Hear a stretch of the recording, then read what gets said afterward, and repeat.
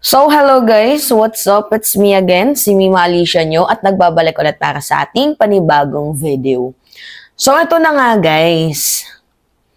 Pag-usapan natin itong sinasalsal na issue ni former human rights lawyer Harry Roque. Alam nyo, itong si Harry Roque talaga, grabe na talaga kung makastrike to dito sa ating gobyerno.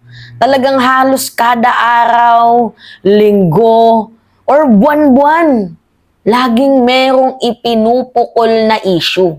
And I know na itong si Cathy Buni at itong si Jonathan Morales ay mga, para sa akin, pawang biktima lang talaga yan. And you know, money talks. 'Di ba? Talagang pagpera, mahirap nga naman talagang makatanggi. Depende na lang sa tao kung meron tong tinatawag na prinsipyo. Ngayon nga po guys, merong post itong si Harry Roque. Alam mo, Harry Roque, nakakadiri at the same time nakakaawa ka. Lawyer ka pa man din, no? 'Di ba? Lawyer ka tapos yung sinabi ni Morales, pinaniwalaan mo kahit walang informant. Itong kay Cathy Buni, pinaniwalaan mo din kahit walang substantial evidences. Oh my goodness. Anyway, eto. Basahin natin tong post ni Harry Roque. Sabi niya dito, ngayon, what we have, FPRRD saying he saw evidence that PBBM is a user. I-debunk natin yan guys kasi hindi po sinabi ni former President Duterte na itong si PBBM is drug user. Maybe sinabi niya sa first rally nila sa Davao. But after 28 days, if I'm not mistaken, basta hindi pa inabutan ng 1 month, binawi niya po ang kanyang statement. Ito tingnan nyo. Ano yung sabi ni Duterte? February 28. Sakto 1 month kasi January 28 din yung naging rally doon sa Davao. Sabi dito, ex-President Duterte, itinangging tinawag niyang drug addict si President Marcos. Itinanggi niya. Doon palang debunk ka na. At bakit ka naniniwala sa statement ng matandang pabago-bago ang kanyang sinasabi ni hindi niya nga kayang panindigan ang kanyang mga naunang statement? Doon pa lang hinulog ka na ni Digong. Ano yung sinasalsal mong issue ngayon? Na parang gusto nyong magtatag ng people power? Ganun ba? Gusto nyo talagang insist na magpa-drug test si PBBM? Hindi nyo ba matanggap yung naging resulta ng St. Luke's nung umattend doon sa PDEA leaks ni Jonathan Morales? Kasi kung totoong may ganong issue guys, bakit namatay yung isyong ito? Open na ngayon yung Senate, bakit walang hearing patungkol dito sa PDEA leaks na yan? Kasi wala na. Close na yung issue. Wala na. Debunk na. Nagsayang na naman tayo ng pera ng taong bayan eh. Diba? Ano sabi ni Duterte? Wala akong sinabing ganun. Even if you kill me 1,000 times, wala akong sinabing ganun. Make it taking a drug. Pero kung sasabihin mong addict, wala akong sinabing ganun. Patayin ako ni Marcos niyan. Maawa ka naman sa akin. Matanda na ako. Yan yung pahayag ni former President Duterte. Tinanggi niya yung kanyang naunang statement na bangag, addict, itong si President Marcos. I don't know ba't niya tinanggi, pero ang alam ko, nagsisinungaling itong si Digong. Ngayon, basag ka sa pinakaunang statement, stanza ng paragraph mo. Ang sabi niya, FPRRD saying he was saw evidence that PBBM is a user. Sino yung naging ebidensya niya? Si Maharlika lang din naman. 'Di ba? Oh. Tas tinanggi niya din. Oh. Ano pa? Oh. Anyway, Agent Morales saying that a confidential informant gave info that PBBM is a user. Pero ang tanong, nasaan yung confidential informant ni Morales? Lawyer ka pa man din. Hindi nga maamin ni Morales kung sino yung confidential informant niya. So, siya, yung confidential informant niya, sabi niya, yun yung nakakita. Ikunento lang daw sa kanya. Tapos papaniwalaan mo yung nagkwento kaysa sa nakakita na hindi niya mabanggit yung pangalan. Was that authenticated? Ano yung sabi ni PBBM? STL. Sabi ni Junicio Santiago, STL daw, tapos professional liar din daw, sabi ni PBBM. Tsaka daming kaso niyan, yung false testimony. And I know that Jonathan Morales is a victim also ng mga Duterte. Para isalsal yung issue na addict itong si PBBM at bigyan ng plot twist itong administrasyon na pabagsakin si PBBM. That's it.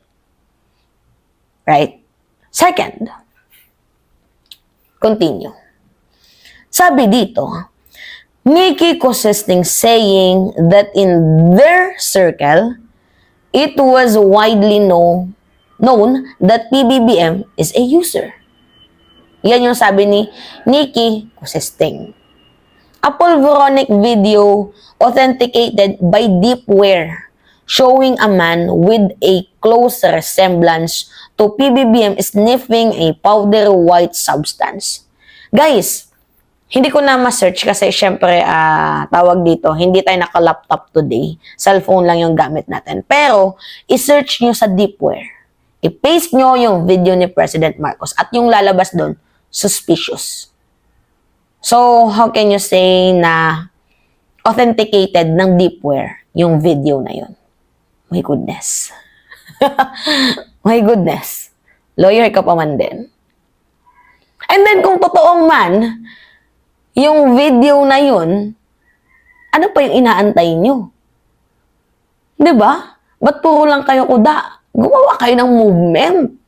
Patumba ninyo. Addict pala eh. Mag-people power na kayo. Yun naman yung gusto nyo, diba? Pero kahit ano yung ini-insist nyo, people power, hakbang ng maisog, hindi nagkiklik. Bakit? Kasi pawang paninira yung ginagawa ninyo at halatado yung movement ninyo. Totoo yun, mga minamahal. Okay. Search nyo Search nyo. Deep Web, i-paste nyo yung video, lalabas doon. Suspicious. Hindi ako nagsisinungaling. Search nyo pa. And now, Cathy Bune. So, sa mga hindi nakakaalam kung sino itong si Cathy Bune. Si Cathy Bune po, yung tipo ng babaeng Cavite, Makate, Higad. Di umano. 3 yung tatay ng 5 niyang supling. At yung isa, galing pa sa isang boksingero, di umano. Diba? Nabubuhay yan sa sustento. Ano yung relation dyan, Mima? Kung yung babae ay mahilig mga betla or kop-kop, baliktarin nyo na lang, poka pearls, diba? Magaling sa pagsisinungaling yan. So, what do you expect? And, wala pong sapat na ebidensyang ipinakita itong si Cathy Bune. Dahil mantakin nyo mga minamahal, una pa lang na nag-meet sila ni First Lady, sasabihin, kayo, kunyari si Mima na-meet ninyo, na-meet kita, ikaw na nanonood, sasabihin ko sa'yo, tara pulburon tayo, first time pa lang nating nag-meet. Hindi ko alam kung ano yung papasok sa isip mo. oo ka or hindi. Kasi pwede mo sabihin, hindi. Kahit sikat ka, bawal yan. Pwede din mo ding sabihin, oo. Pero, mantakin mo, first meet, yayayain mo na magpulburon? Really? Hindi ka man lang nahiya? Oh my God! An eyewitness who saw PBBM sniffing a powdery white substance at least 5 times. Yan yung sabi niya, ni Cathy Buni. So ngayon, nasaan yung ebidensya? Hindi pwedeng puro lang bunganga. Dapat meron kayong ebidensya. And lawyer itong si Harry Roque. Suppose mo yan, Harry Roque, you are a lawyer. I dare you.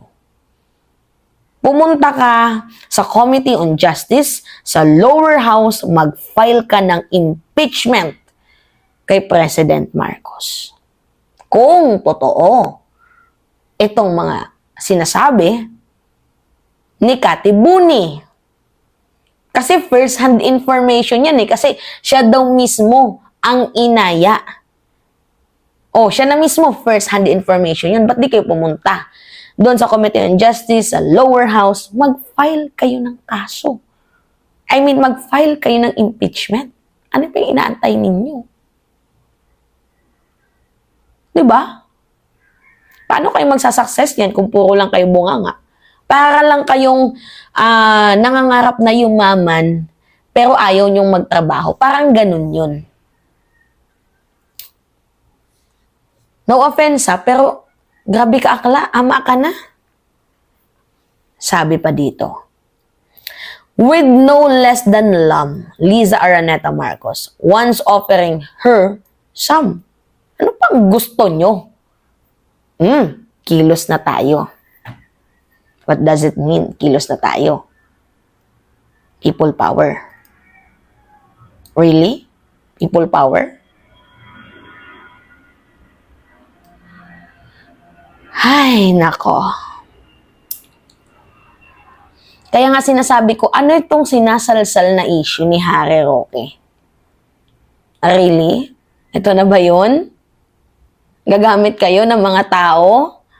Para lang, hindi, kasi ganito talaga, yung gusto nilang dyan, i-insist at i-implicate na dapat magpa-drug test si President Marcos. But alam nyo guys, sa totoo lang, bakit siya magpapadrug test? Alam niya namang hindi naman siya addict at meron ng naunang resulta. 2021 pa lang, kinonfirm na to mismo ng St. Luke's. Ano yung sabi? Bongbong Marcos tested negative for cocaine in 2021 drug analyst. At saka isipin nyo guys, kalaban kita tapos sasabihin mo, sige nga, magpa-drug test ka nga kung hindi ka addict.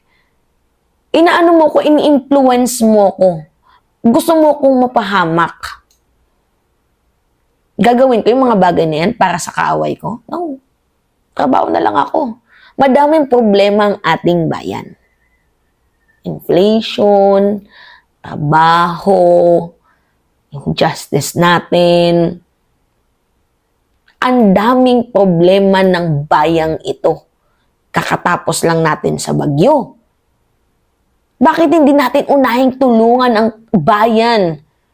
Ba't hindi natin tulungang unahin ang Pilipino? Kaysa unahin yung mga pansariling interest ninyo. Hindi ba kayo nahihiya niyan? Makasarili kayo? Hindi ba kayo nahihiya niyan? Na makasarili kayo. Kakahiya. Sobrang nakakahiya. Hindi ba kayo nakaka-feel ng guilt? Na every time na yung taong walang ginagawa sa inyo, lagi nyo sinisiraan just because hindi nyo lang gusto yung kanyang pamamalakad? Ay? Pangit. Pangit, grabe. Pangit.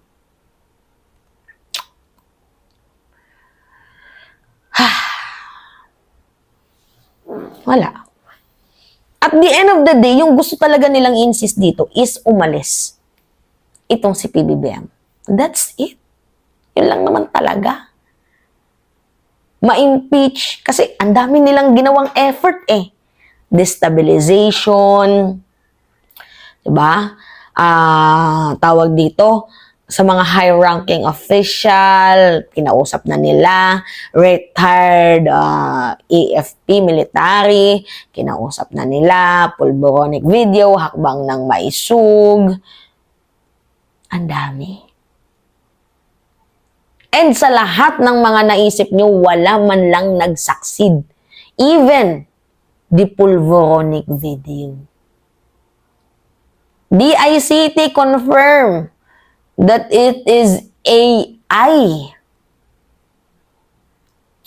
Department of National Defense also confirmed AI generated yung video. Lalim ng problema nila, no? Nag-ugat lang kasi yung lahat ng to sa confidential funds. Kayo yung sumira sa Uniteam. Hindi si PBBM. And maybe natutunugan nila na from the very least moment, malapit na yung ICC. Diba?